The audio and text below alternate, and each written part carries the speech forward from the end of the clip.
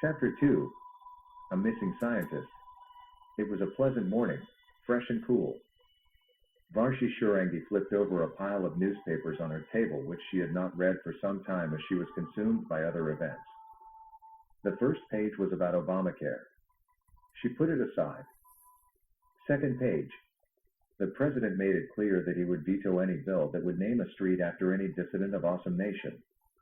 She sighed. She glanced through most news quickly. Then a headline caught her attention. Renowned neuroscience scientist disappears. She looked at the date of the newspaper and realized that the scientist had disappeared more than a month ago, at the time when her whole family went to vacation in Europe. She searched the pile and found more up-to-date news about the scientist. While she buried herself in reading the articles, she heard the clang of the bell. She was somewhat surprised who would come this early. "Please come in." To her astonishment, Edward appeared. "Good morning, honey," he said as he walked in. "Good morning," Varshi said and continued her reading. Being ignored, Edward went to brew coffee at a corner of her office. When she finished, she looked up and smiled warmly at Edward, who was now sitting at the opposite side of her table, sipping coffee. Edward pointed at her newspapers. "Something remarkable?" She smiled. "No new taxes." Edward laughed. "That's either big news or fake news. I incline to believe it's the latter." She put away the newspapers. "That was not news. It was the beginning of a fairy tale I read. But some news did appeal to my imagination." "About American obesity?" Edward asked jokingly. She smiled, leaning back on her rocking chair.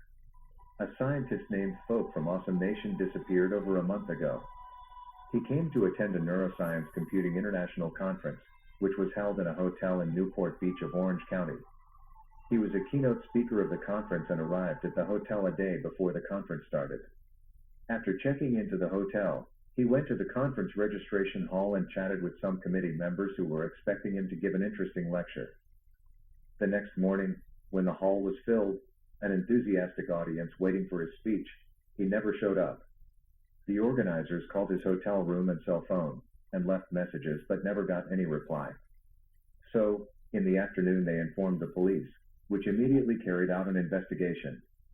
The hotel surveillance camera showed two men escorted Folk walking out of the hotel lobby in the early morning. Folk and one man were about 6 feet, and the other was significantly shorter. They all wore medical masks as the two men coughed frequently. It seems that both had caught a serious cold. In addition, the two companions wore hats that along with the masks concealed their real identities. After they had walked out of the lobby, they did not get into a car. Instead, they walked out of the hotel gate and headed east. They walked past another hotel which was a mile away, and their walking was captured by surveillance cameras of that hotel. It's absurd that they did not drive for such a long distance. Varshi smiled. "Maybe none of them is an American." Edward laughed. "Did the police find Folk?" Varshi shook her head. "No, the police found another pair of shoes in the hotel room. The shoes, which appeared new, had been rubbed with some shoe cleanser from top to bottom. Most likely, Folk had applied the same cleanser to the shoes he was wearing. The local police has a super detective dog named Lucky, which had a keen sense of smell and never failed any mission. They let the dog sniff the shoes to trace Folk's footprints. Lucky guided them past the surveillance hotel a mile away, which reassured them that Lucky was on the right path. Lucky continued the search, guiding them up a hill and reached Crystal Cove State Park, which is a popular hiking park and has a complex network of hiking trails, where one could watch fantastic sunset over the ocean. So, Folk was an enthusiastic hiking fan and he couldn't wait for another day to hike. He simply remembered the date of his lecture wrong. That's not unusual for scientists." Edward laughed and seemed to be proud of his deductions. Indeed, the police believed he had gone hiking. The searching team all returned except Harold, the most capable manhunter in the area. Edward laughed. "Harold. I know him from the news, a remarkable individual. He was a marathon runner and had won many races before joining the police. His peculiar facility for handling long-distance running is due to his systematic tough training. He is funny and loves eating, strong but overweight now. Varshi smiled. They let Harold continue the trace, who had full confidence in his job. He smiled, waving goodbye to his colleagues, and said proudly, "Easy. I'll bring triumph of my sleuthing on the trail this evening." He expected to catch up with folk soon. It was a cloudy day with a still, leaden sky, and very few hikers. At the beginning, the trail was wide and damp and there were marks of many feet. Harold squatted down on his knees examining the footprints with great attention and took photos of them. Lockheed was agile, sniffing and jumping from one footprint to another, apparently left by folk. Harold carefully scrutinized the footprints to learn about folks' running pace and to ensure he was on the right track. Then he followed Lockheed with conviction, knowing that every move of Lockheed would lead to a definite target. The dog and the man ran with moderate speed. About half an hour into the chase, he met a young slender woman with a feather clipped on her shiny black hair, walking in his direction. Harold paused to greet her. "Good afternoon, madam." "Good job. Are you familiar with this area?" "Yes, I come every day." "Did you meet any hiker today?" She smiled. "Yes, sir. About 20 minutes ago, I met an Asian man, about 6 feet, wearing a mask, running down the trail where I came from." She looked through her shoulder, pointing at a nearby trail going downhill. Harold was cheered. In a short while, Lockheed indeed guided him down the trail. "Fabulous," he exclaimed. "The girl met folk 20 minutes ago. He must be near and he would catch up with him in a short while." He shook the dog belt, signaling Lockheed to run faster. But strange things began to happen. Lockheed led him down to a valley, and then climbed up a mountain, only to run back to the valley from another trail. He met a few hikers, but none looked like folk. He was confused. A marathon champion was outrun by an unknown scientist. The thought was almost an insult to him. He began to doubt himself and muttered, "I'm going to lose weight. No one says it's easy, but I'll prevail." He pressed on. Lockheed guided him from one trail to another, roaming the mountains and valleys, only that he saw no more hikers. The sun was setting, and mists began to form. Harold worried about the mists and sped up further. He still believed folk was within reach. Soon the sky was lit up with a golden and crimson radiance, glorious to behold, but lasted only for a short time, before dusk fell. Under a dusk sky and breezes, the mists were rolling and swirling toward him in huge wreaths, which gradually, as they became thicker, made his movement difficult. The conditions for running had become appalling, but Harold was not afraid. When he was younger, he could run for long distances, and navigate through snow mountains and dark forests, thrived on a few snack bars. He did not give up, only that he forgot he had gained weight and lacked of training for some time. Just when he began to doubt if he was on the right track, Lockheed guided him to a long steep slope which was almost like a cliff. It was a long climb, and when he got near the top, he was panting. Suddenly he screamed as he stepped on a loose rock and slipped down the declivity. Lockheed swiftly turned and sprang forward to bite onto the collar of his shirt to drag him back. The drag slowed his falling, and he recovered his pace by gripping a rock. He became more cautious, climbing the slope with both hands and feet. When he finally got to the top, he was panting heavily. Exhausted and dazed, Harold had an abstruse feeling. What the hell had happened to folk? Certainly, folk got lost and had no idea where he was heading.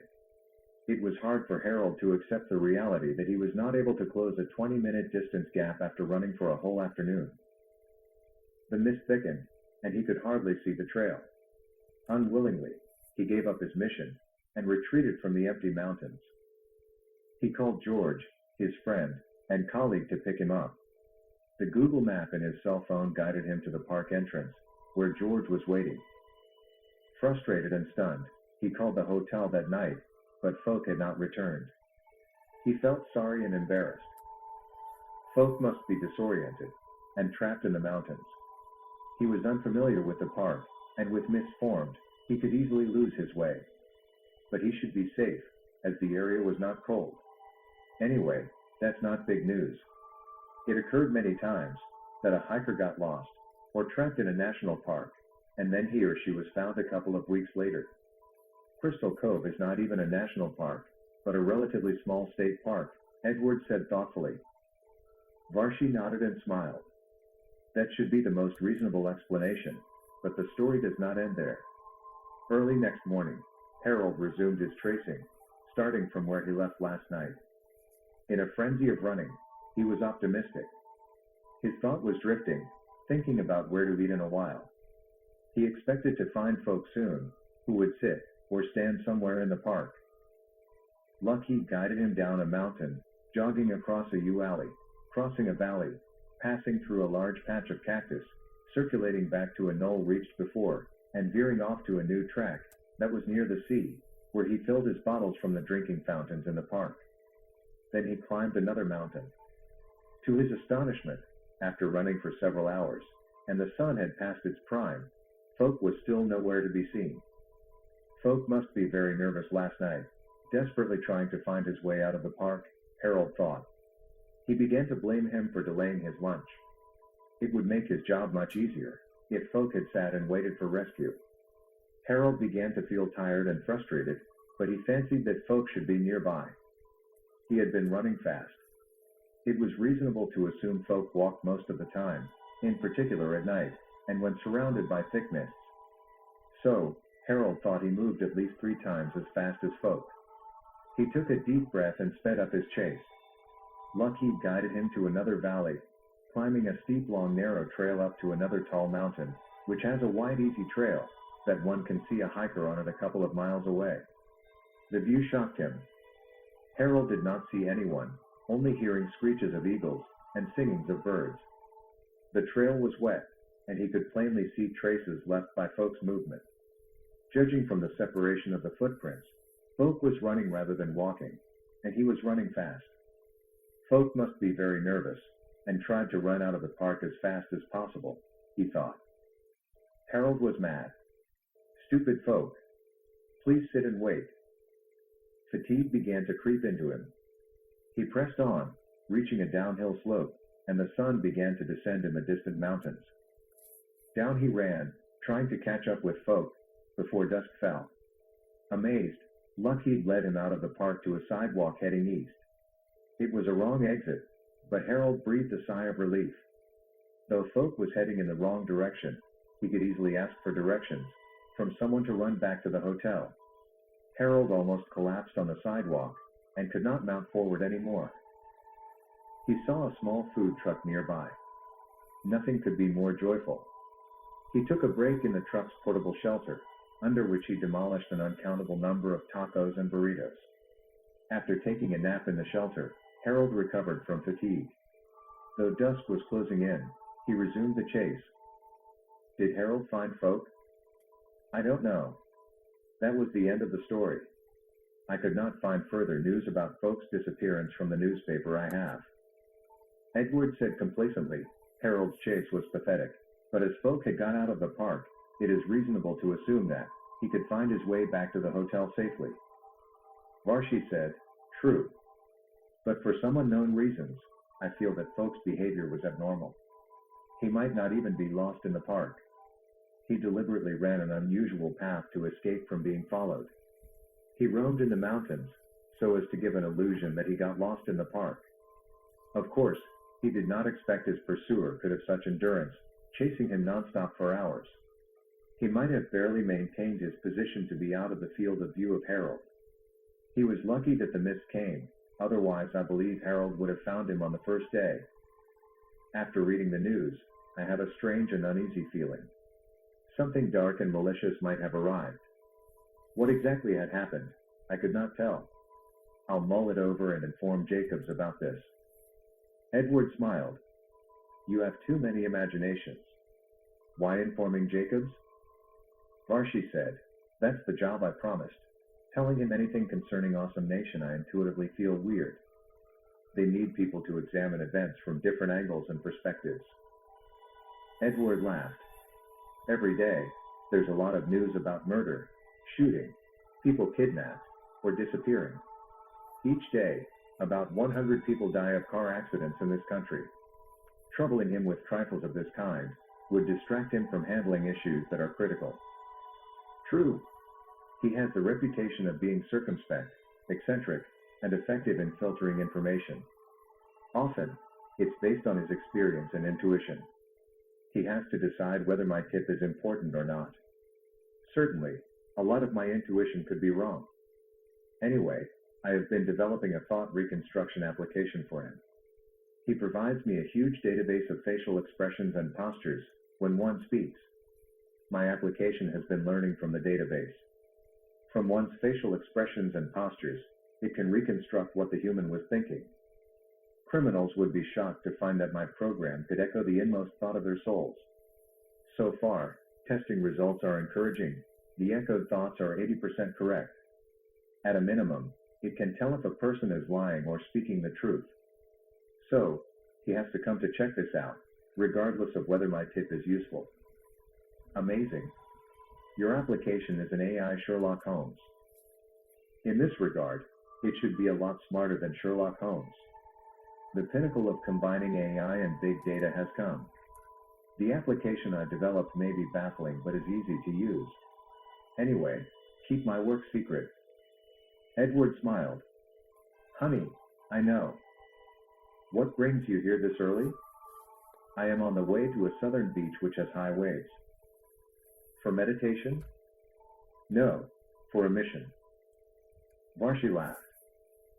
Edward continued, a couple of days ago, I took Shivam to sick and had a chat with the parents, and Grigory, Shivam's coach. The parents mentioned a peculiar stranger, who practiced martial arts in the seashore of the beach early in the morning. His style was unconventional. He planted his feet on the seabed, with water up to his chest to strike the pounding waves. He sometimes put his fist on his shoulder, and struck upward, and sometimes dropped it across his waist and cut the wave sideways. When Grigory heard about the story, he inclined to believe that the stranger was not practicing martial arts but badminton. He was eager to meet the stranger. Most parents said they had not seen him coming for over a year. However, a parent claimed that she spotted him on the beach a month ago. The stranger appeared like Isaac. Yes, I am going to the beach to find out. If I am lucky enough to see him, I would invite him to the club to meet Grigory. You are passionate. Edward smiled. Always.